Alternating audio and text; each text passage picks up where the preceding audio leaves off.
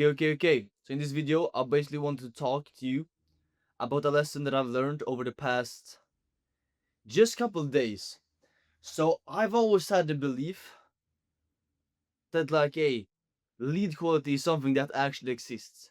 There's good leads and there's fucking bad leads. Good leads, they always show on calls.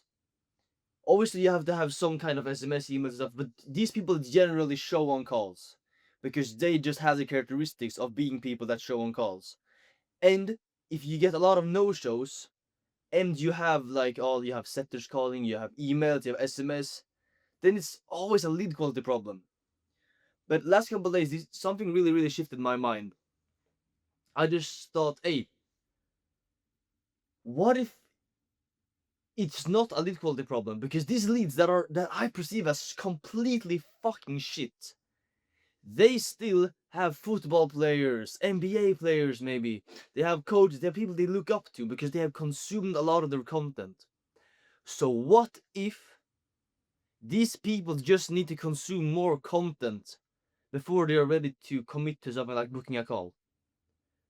And what if, when I take in the leads, I maybe need to go to a funnel type that requires a lower barrier to entry, not booking a call, but maybe opting in for a webinar. So we tried this shit with one of our clients. We said, okay, we have a call funnel. We have like 20% show rate. We have setters dialing within 2 minutes. We have SMS, emails, all that shit. We have confirmation page. We have so much stuff. Like more things than what majority of funnels already have. And we have 20% show rate. We had. And then we tried doing a webinar. Same kind of back-end selling systems that we had to make people show up to the webinar. And hey, we had 40% show rate on a cold webinar. I'm like, whoa. We had 95% retention rate and 56% callback rate. And 56% close rate from the leads on a 4K offer. I'm like, whoa, what the fuck just happened? Hey, these leads, they are financially qualified. They can do shit. They just need to consume more content.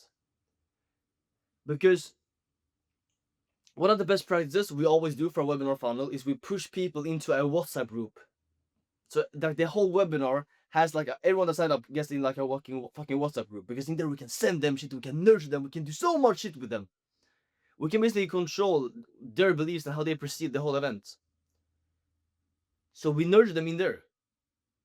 And then the whole webinar is basically like a fucking 2 hour long content piece that they consume, and we change their beliefs. We handle objections in the slide deck. So when they get to the pitch, these people have no objections left because we controlled what objections they had in the slide deck, and then at the pitch we just solved them. And because they've been hyper focusing on 2-3 objections the whole fucking webinar, then hey, when they come to the pitch, we break them, we shatter them. Because then they have nothing to fucking say, and their mind is like, whoa, okay, I have no objections anymore, and they just fucking book a call. So I think the total conversion rate in total, I think, was 15% of the people that showed up to the webinar pay in full for 4K. Like, do you fucking understand what that is? This webinar, by the way, was a webinar with 1K in ad spend and like 3 days of organic pushing time, because we wanted to do it fast. So we just did one with like 3 days of marketing time. And we had we had 64 people show, and I think we got 9 of them to pay. No, I think it was, yeah, because some people paid for 5K as well. I think total cash collected was 40K on that fucking webinar. And I'm like, yo, what the fuck is this?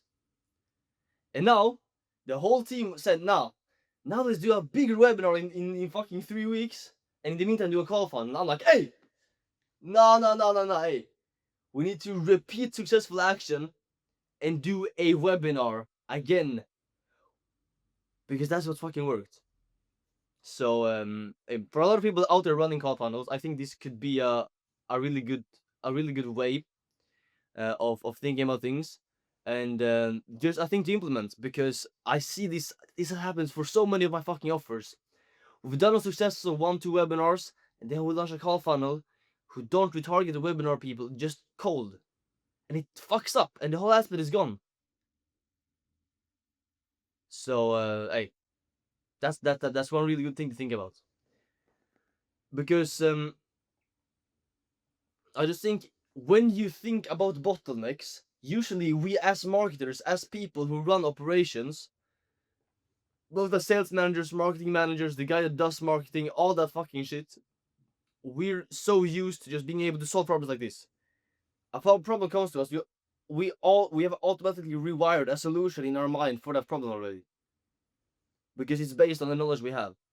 But if you think one layer deeper and you start to question the shit, when you say, okay, hey, we got a lot of no-shows, we have bad lead quality, let's change the messaging to people that have more money. But if you think about layer deeper, okay, why do these people no-show? Do they no-show because they don't have money? Or because they have bad characteristics? Or do they no-show because they haven't consumed the around amount of content? And then you just think about that, and it changes the whole fucking way you think. So, hey, you gotta start thinking one layer deeper, always. That's why we implement thinking time every evening. Every evening, 50 minutes, I do thinking time. It's what led to me taking this action now, because I just realized, like, yo, what the fuck am I thinking about? So, 50 minutes of thinking time where you strategically map out what has happened during the day, what actions have been taken, how you can make more money the next day, and what actions you need to take the next day. So you already know in your minds, when you wake up, you're fucking completely clear in your mind on what needs to happen. So, hey, was a good one, guys. Make sure to implement this shit, and you're gonna see so much more fucking money being generated. So, hey, let's go.